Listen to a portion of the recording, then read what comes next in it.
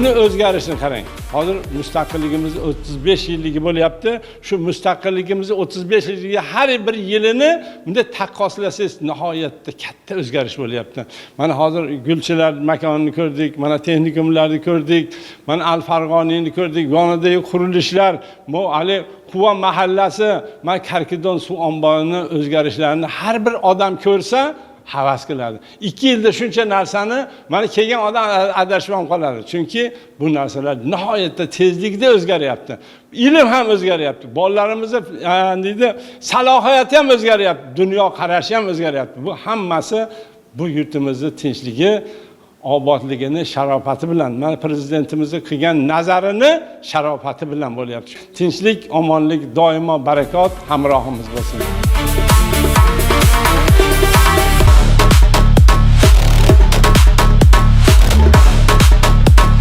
Mustaqilligimiz bardavom bo'lsin. Alloh hech kimga muhtoj qilmay rivojlangan davlatlar qatorida yursin.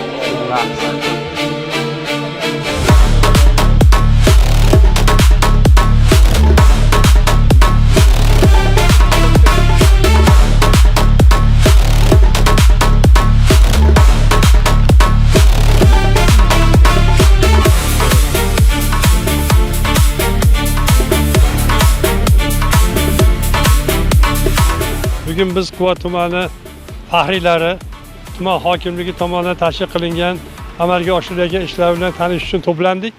Xalqimizni yaratilgan sharoitlarga minnatdorchilik bildirish uchun bugun sayr qilib yuribmiz. Ko'rib o'zimiz ham xursand bo'lyapmizki, keyingi 10 yilda Quvamizda umuman katta ishlar amalga oshirilganligining guvohi bo'lyapmiz. Hurmatli yurtboshimizni umri uzoq bo'lsin, tani joni sog' bo'lsin, xalqimizga sharoit yaratish bo'yicha olib borgan ishlari xayrli, barakotli bo'lsin. Hammalaringizni kirib kelayotgan 35 yillik mustaqilligimizni bayrami bilan Quva fuqarolari, Quvaning nuroniylari nomidan chin yurakdan tabriklayman. Sog' bo'linglar, salomat bo'linglar.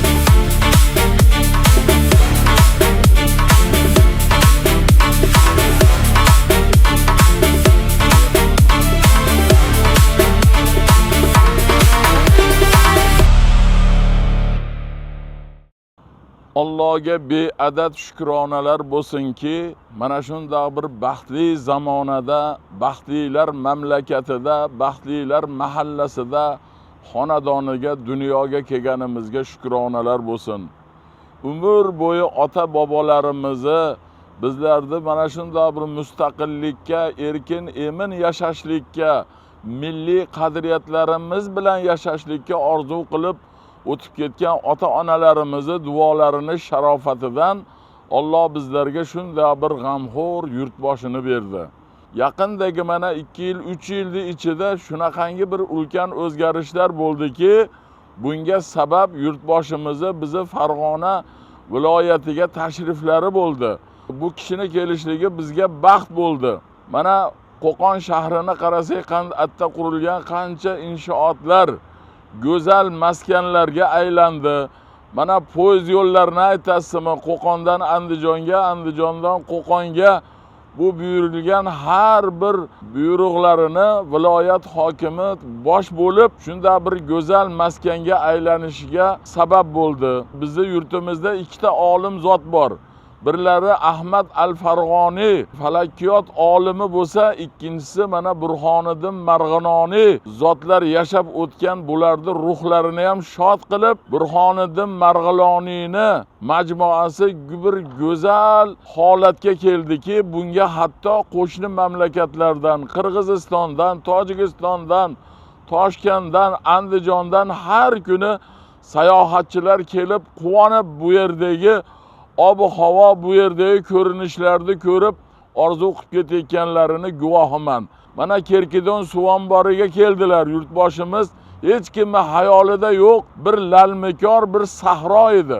Cho'l va sahrolarni bo'stonga aylantirib yubordi. U joyda qancha bir uzumzorlar, mevazorlar, dunyodagi eng go'zal manzarali daraxtlarni kechagina ekuvdi. Rayonimizdagi 5-6 ta avtobusda nuroniy oqsoqollar, onaxonlar birgalikda borib, bularni tomosha qilib, yurtboshimizni haqqiga, bu joyda xizmat qilayotgan o'g'il qizlarimizni haqqiga quvonib duolar qildik.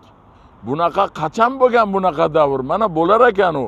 Hech qachon bunaqa davrda ko'rmaganmiz ham, eshitmaganmiz ham. 8 etaj binolar qurildi, yana qurilyapti. Qancha obodonchilik bo'lyapti. Bunaqa joylar ko'pligidan qaysi birini gapirishga ham tilimiz lol. Markazimizda Bo'ston ko'chasi bor. O'sha joylarda ham 2 qavatlik chiroyli savdo markazlari qurildi. 24 soat har kuni erta-yu kech ishlaydigan do'konlar qurildi.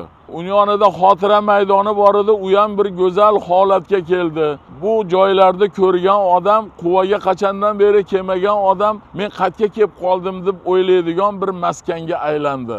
Mana endi istirohat bog'iga ham kirib, hozir obodonlashtirish ishlari boshlanib qoldi. Xudo xolasa bu ham tez kunlarda bitib bir go'zal maskanlarga aylanyapti. Yurtboshimiz qay yurtga borsa o'sha joyda obod qildi. Cho'l va sahrolarni bo'ston ayladingiz. Yangi O'zbekiston, yangi Farg'ona, yangi Quva barpo ayladingiz. Umringiz uzoq bo'lsin aziz yurtboshim. Haq yondirgan baxt chirog'ingiz so'nmasin. Poydevoringizdan birorta g'ish ko'chmasin. Omadingiz chopsin so'nmasin. Umringiz uzoq bo'lsin aziz yurtboshim. Barcha yurtdoshlarimizni mustaqilligimizni 35 yilligi bilan tabriklayman. Alloh hammamizga uzoq umr bersin. Shunday bir farovon, baraka, tinchlik zamonasida uzoq yashaylik barchamiz.